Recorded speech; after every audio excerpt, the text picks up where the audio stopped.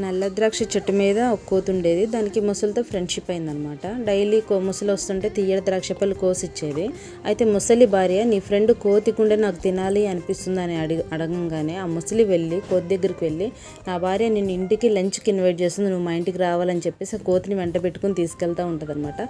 మార్గ మధ్యంలో ఇక కోతి ఎక్కడ తప్పించుకోలేదు అనుకునే సందర్భాన అనే ప్లేస్ దగ్గర ముసలి తన కడుపులో మాట చెప్పేస్తే, నా భార్య నీ గుండె తినాలనుకుంటుంది, అందుకే నేను తీసుకెళ్తున్నాను అని చెప్పేసి అప్పుడు ఒక్కసారిగా కంగారు భయపడ్డ కోతి వచ్చేసి ఒక క్షణం ఆలోచించుకొని, ఓహో అవునా, మరి నా గుండె అక్కడ చెట్టు మీదే నేను వదిలేసి వస్తున్నా కదా, సరే వెనక్కి పద, చెట్టు మీద గుండె తీసుకుని వద్దామని చెప్పేసి కోతికి ముసలికి చెప్పిద్ది అనమాట.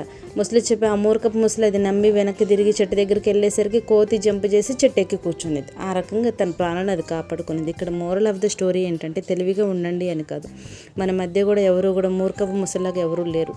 చేసే మోసం కూడా చాలా మోడర్న్ పద్ధతిలో చేస్తున్నారు. ఎవరినైనా నమ్మే ముందు 1కి 100 సార్లు ఆలోచించుకోండి.